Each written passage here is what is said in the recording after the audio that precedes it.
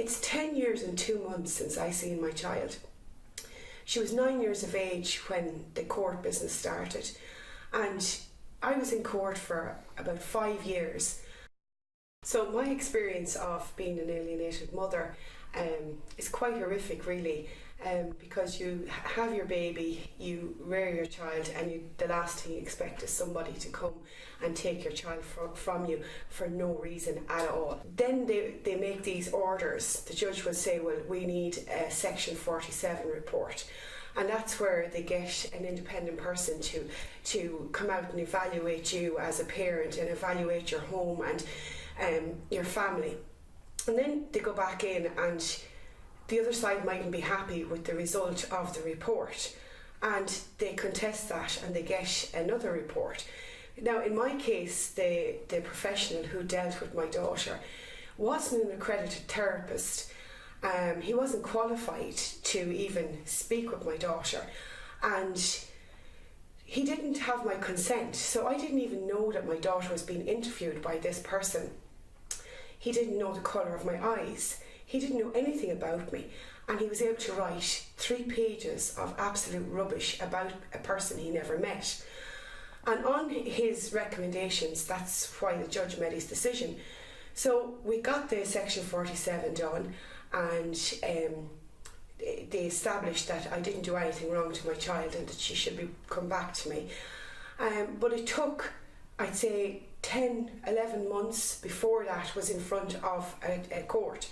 And by that time, I hadn't seen my child in that length of time. And all you're being told is your child doesn't want to see you. And then there's more Section 47s. I've had 5 Section 47s done. For somebody to say you're not capable of looking after this human being that you brought into the world, and you nursed and got them to school and got them over their first illness, all of that, to be told you're no longer any use anymore. I had to give up my work because I couldn't cope. I didn't have a grave to go to. I had a child out there, but I wasn't the mother anymore. And people looking at you and thinking that you did something. And people that know you know that you didn't do anything. In your home, then, you go into her bedroom. And I found myself going into her bedroom many days and lying on her bed and crying. And the only consolation was I could smell her hair off her pillow. She had a Barney pillow, and even though she thought she was a big girl and she had, like say, all girly stuff like pink things all over the place, she still kept her baby pillow. And as a mother, when you're nursing them and you're feeding them, you're smelling their head and you know their smell.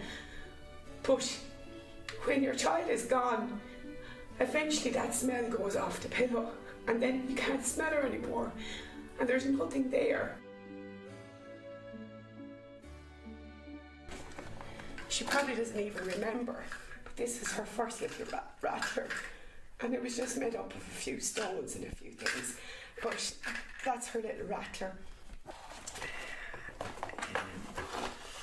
Yeah, this was her first book that I bought her, and again, that wasn't taken with her. Everything was just left behind. Everything is left. Nothing was taken. All her clothes, everything, her dolls, the dolls that she used to want me to move around the house and mind while she was at school, and she had them named, and everything was left. Everything that was important to her was just gone. She didn't bring any of it with her. We used to go to the woods. Actually, I haven't seen this now for a while, but we used to go to the woods and she'd collect leaves and she'd dry them out, and she'd make paper little weights with them, and she'd wrap them around.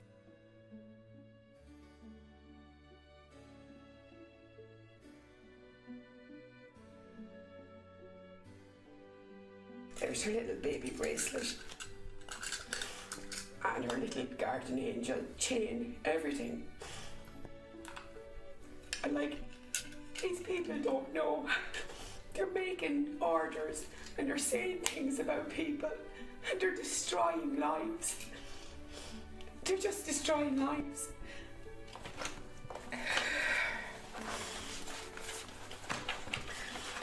She rang me and she said goodbye on the phone. She was after taking a cocktail of drugs.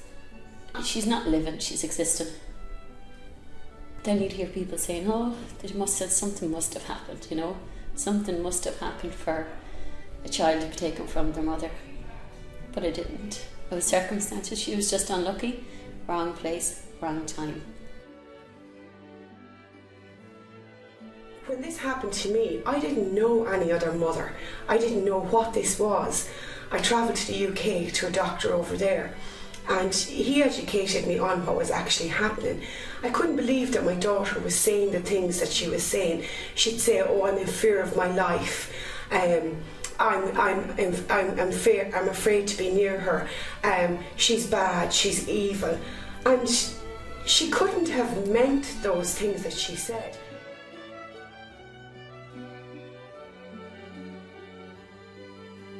She'd make these little things.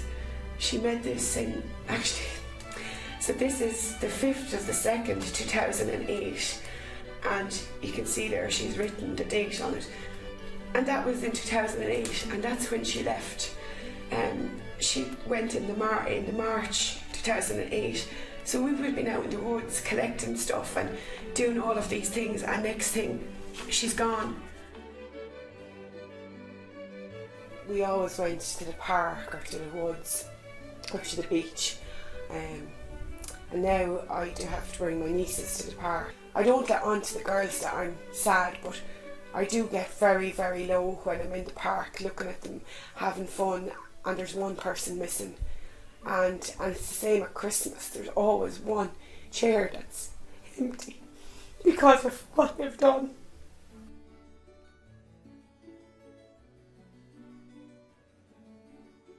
I do believe that this was given to her because she has the strength, and genuinely I believe that this is happening for a reason, that she's going to change and make people aware of parental alienation, so to help more people that this won't happen again.